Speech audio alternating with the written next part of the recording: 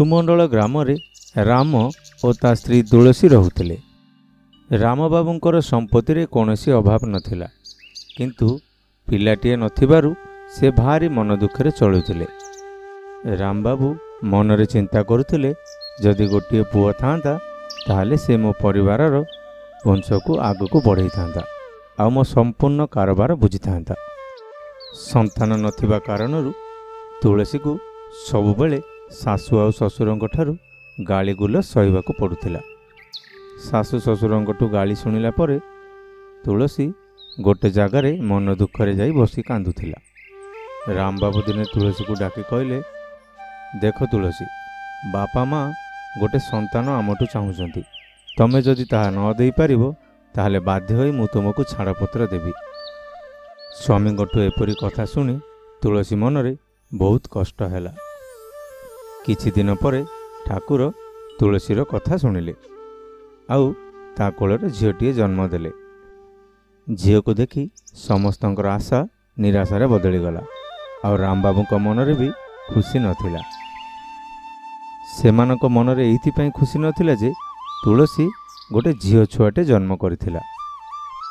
झीओटी जन्म होबा परे घरे शोकर छाया खेलीगला। सत जेमिति गोटे पहाड़ तांको उपरे तुटी जाइछि। से जा हो, झीओ को माँ तुलसी बहुत कष्टरे पालिबाकू लागिला। तुलसी ता झीओ ना खुशी रखिला, ना जेमिति तार काम आ गुण भी ठीक सेमिति। सी बहुत चालाक और सुंदर थिला। दिने गाँव रे गोटे पिला स्कूल जीवार देखी खुशी ता बापा को आसी कहला, किंतु रामबाबू ता कथा जमारू शुणिलेनी और कहले, तते पाली पोषी एते बड़ करबा भितर ही मोर गुड़ाए पैसा खर्च हो जाइछि। आउ एबे पाठ पढ़िबा पई मु आ गोटाए भी पैसा खर्च करि परिबिनी तो उपरे। पाठ पढ़िबा जमा दरकार नहीं, जा तो माठू रोषेई बास आउ घर काम शिखिने, बाहाघर बेले काम रे आसीबो। आस्ते आस्ते खुशी 5 वर्षर हैला आउ ता माँ पुणी थरे माँ हवाकू लागिला। आउ एथर तुलसी गोटे पुओ संतानटे जन्म देला। पुओ जन्म हवा खुशी रे रामबाबू संपूर्ण गाँव रे मिठा बांटिबाकू लागिले। आउ रामबाबू ता पुओ ना रखिले चिकू। खुशी देखिला समस्ते ता सानो भाई चिकू को स्नेह आउ गेल करुचंती, हेले ताको नुहे।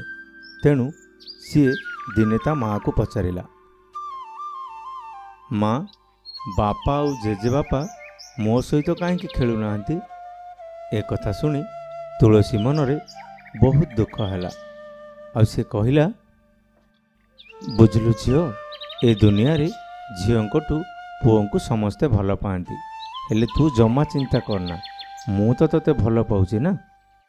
माँ तुलसी टू एमिति कथा सुनी खुशी मनरे खुशी खेलीगला और सी ता माँ को कोले नेला। एमिति किछि दिन परे तुलसी कथारे बाध्य होई रामबाबू खुशी को मध्य स्कूल को पठेले। खुशीर पाठ पढ़ारे बहुत भल हेउतिला, तेणु से सबुबेले श्रेणी रे प्रथम नंबर आणुथिला। किंतु ता भाई चिकू सबुबेले पाठरे कम नंबर आणुथिला, काहेकि ना से सबुबेले खेलकूदरे मन बिताउथिला। वर्षे परे परीक्षा फल बाहरिला आ खुशी तांको श्रेणी रे टॉपर होई बाहरिला आ एपटे ता भाई चिकू फेल होई बाहरिला। खुशी निजर परीक्षा फल नहीं बापा को आसी कहिला, बापा मु आज श्रेणी रे प्रथम स्थान रे पास करिछि। खुशीर कथा सुनी बापा कौनसी भी उत्तर देले नहीं आउ नीरव होई रहिले। किछि समय पर चिकू मध्य ता परीक्षा फल नहीं बापा पाखक आसिला आउ कहिला, बापा मु परीक्षा रे फेल हो जाइछि। ए कथा सुनी रामबाबू कहले, अरे एथिरे कौन अछि, तू जमा चिंता करना, आरथर को भल करी पाठ पढ़िबू। हो ठीक अछि, तू मते नुआ साइकेलटे आनिबा पई कहूथुल ना, चल आज बाजार जाई तो पई गोटे नुआ साइकेल नहीं आसीबा। कौन जीवु मो सहित बाजार? आउ एमिति कही रामबाबू ପୁଅ ଚିକୁକୁ ନେଇ ବଜାର ଚାଲିଗଲେ। ଦୂରରୁ ଖୁସି ସବୁ ଦେଖୁଥାଏ। ଏମିତି କଥା ଶୁଣି ଖୁସିର ମନ ଦୁଃଖରେ ଭାଙ୍ଗି ପଡ଼ିଲା। ଆଉ ସିଏ ବହୁତ ମନ ଦୁଃଖ କରିବାକୁ ଲାଗିଲା। ଖୁସିକୁ ମନ ଦୁଃଖରେ ବସିବାର ଦେଖି ତୁଳସୀ ତା ପାଖକୁ ଆସିଲା ଆଉ କହିଲା, ମା ଖୁସି, ତୁ ବାପାଙ୍କ କଥାକୁ ନେଇ ମନ ଦୁଃଖ କରୁଛୁ କି? ଜମା ମନ ଦୁଃଖ କରନା। ମୁଁ ଆଜି ବହୁତ ଖୁସି। ମୋ ଝିଅ ପରୀକ୍ଷାରେ ଟପ୍ ନମ୍ବର ଆଣିଛି। ତେଣୁ ମୋ ଝିଅ ପାଇଁ ଆଜି ମୁଁ ତା ମନପସନ୍ଦର ଖାଇବା ତିଆରି କରିବି। ଏମିତିରେ 20 ବର୍ଷ ବିତିଗଲା। ଚିକୁ ଆଉ ଖୁସି ଏମାନେ ବଡ଼ ହୋଇଗଲେ। ଖୁସି ସହିତ ସହରର ଜଣେ ଲୋକଙ୍କୁ ତାଙ୍କ ବାପା ରାମବାବୁ ବାହାଘର କରେଇଦେଲେ। ଆଉ ସେମାନେ ଖୁସି ଖୁସି ତାଙ୍କ ଶ୍ୱଶୁର ଘରକୁ ଚାଲିଗଲେ। ଆଉ ଏପଟେ ରାମବାବୁଙ୍କ ପୁଅ ରାମବାବୁଙ୍କର ବହୁତ ସ୍ନେହ ଆଦର ପାଇ ପୁରା ଅଳସୁଆ ହୋଇଯାଇଥିଲା। ଦିନେ ସେ ଗୋଟେ ଝିଅକୁ ଆଣି କହିଲା, ବାପା, ଇଏ ହେଉଛି ରାଣୀ। ମୁଁ ଆକୁ ବାହା କରିଛି। ଏକଥା ଶୁଣି ରାମବାବୁଙ୍କ ଖୁସି କହିଲେ ନ ସରେ। ଆଉ ସେ ଖୁସିରେ ପୁଅଙ୍କୁ ତାଙ୍କର ସବୁ କାରବାର ସମର୍ପି ଦେଲେ। ଆଉ ଏପଟେ ମା ତୁଳସୀ ତା ବୋହୂକୁ ଘରର ସବୁ କାର୍ଯ୍ୟ ବୁଝେଇବାକୁ ଲାଗିଲା। ଆଉ ତାର ସବୁ ଦାୟିତ୍ୱ ତା ବୋହୂ ରାଣୀକୁ ଦେଇଦେଲା। ଆଉ ଆସ୍ତେ ଆସ୍ତେ ରାଣୀ ତାର ରାଣୀ ପୁଣିଆ ଆରମ୍ଭ କଲା। ଆଉ ତା ସ୍ୱାମୀକୁ ତା ନିଜ ହାତ ମୁଠାରେ ରଖିଲା। ହଠାତ୍ ଦିନେ ରାମବାବୁଙ୍କର ଦେହ ବହୁତ ଖରାପ ହୋଇଗଲା। ଏକଥା ଶୁଣି ରାଣୀ କହିଲା, ଦେଖ ଚିକୁ, ମୁଁ ଆଉ ଏ ଘରେ ରହିପାରିବିନି। ଏମାନଙ୍କର ସେବା କରି କରି ମୋ ମୁଣ୍ଡ ଖରାପ ହେଇଯିବ। ତେଣୁ ଚାଲ, ଆଜିଠୁ ଆମେ ସହରରେ ରହିବା। ରାଣୀଠୁ ଏପରି କଥା ଶୁଣି ଚିକୁ ନୀରବରେ ରହିଲା ଓ କହିଲା, ହଁ, ତମେ ବିଲକୁଲ ଠିକ୍ କଥା କହୁଛ। ଏମିତି କହି ଚିକୁ ରାମବାବୁଙ୍କ ପାଖକୁ ଯାଇ କହିଲା, ବାପା, ମୁଁ ଆଉ ରାଣୀ ଚିନ୍ତା କରିଛୁ ଆମେ ସହରରେ ଯାଇ ରହିବୁ। ଏକଥା ଶୁଣି ଚିକୁର ମା କହିଲା, ଆରେ ଏ କ'ଣ କହୁଛୁ ପୁଅ? ଆମର ତମ ଦୁଇ ଜଣଙ୍କ ଛଡ଼ା ଆଉ କିଏ ଅଛି ଯେ? ଏ ଅସୁବିଧା ସମୟରେ ତୁ ଯଦି ଆମକୁ ଛାଡ଼ି ଚାଲିଯିବୁ, ଆମେ କେଉଁଠିକି ଯିବୁ? ଆମର ସାହା ବୋଲି ଆଉ କେହି ନାହିଁ। ତୋ ବାପା ତୋ ପାଇଁ ବହୁତ କିଛି କରିଛନ୍ତି। ଆଉ ଏ ସମୟରେ ତୁ କହୁଛୁ ଆମକୁ ଛାଡ଼ି ଚାଲିଯିବୁ? ହେଲେ ଚିକୁ ବାପା ମାଙ୍କର କୌଣସି କଥା ଶୁଣିଲାନି।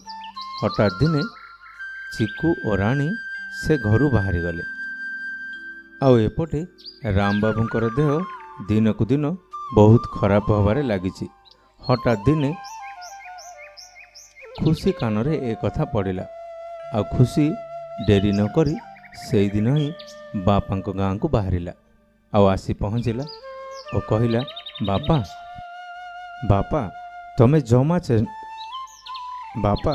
ତମେ ଜମା ଚିନ୍ତା କରନି, ମୁଁ ଅଛି।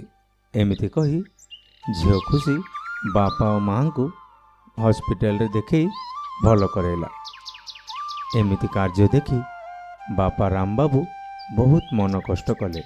ଆଉ ମନରେ ଭାବିଲେ, ଯେଉଁ ପୁଅ ପାଇଁ ମୁଁ ଏତେ କିଛି କଲି, ଶେଷରେ ସିଏ ମୋ ଅସୁବିଧା ସମୟରେ ମୋତେ ଲାତ ମାରି ବାହାରକୁ ପଳେଇଲା। ଆଉ ଯେଉଁ ଝିଅକୁ ମୁଁ ଏତେ ଘୃଣା କରୁଥିଲି, ଶେଷରେ ସିଏ ହିଁ ମୋ ସାହା ହେଲା। ତେଣୁ ମୋର ବହୁତ ବଡ଼ ଭୁଲ ହେଇଗଲା। ଏମିତି ମନରେ ଭାବି ରାମବାବୁ ନିଜ ଝିଅ ଖୁସିକୁ ଡାକିଲେ ଆଉ କହିଲେ, ମାରେ, ପାରିବୁ ଯଦି ମୋତେ କ୍ଷମା କରିଦେବୁ। ମୁଁ ବହୁତ ଭୁଲ କାମ କରୁଥିଲି। ତେଣୁ ଆଜି ମୁଁ ମୋ ଭୁଲର ସଜା ପାଇଲି। ଏମିତି କହି ବାପା କାନ୍ଦି କାନ୍ଦି ନିଜ ଝିଅ ଖୁସିକୁ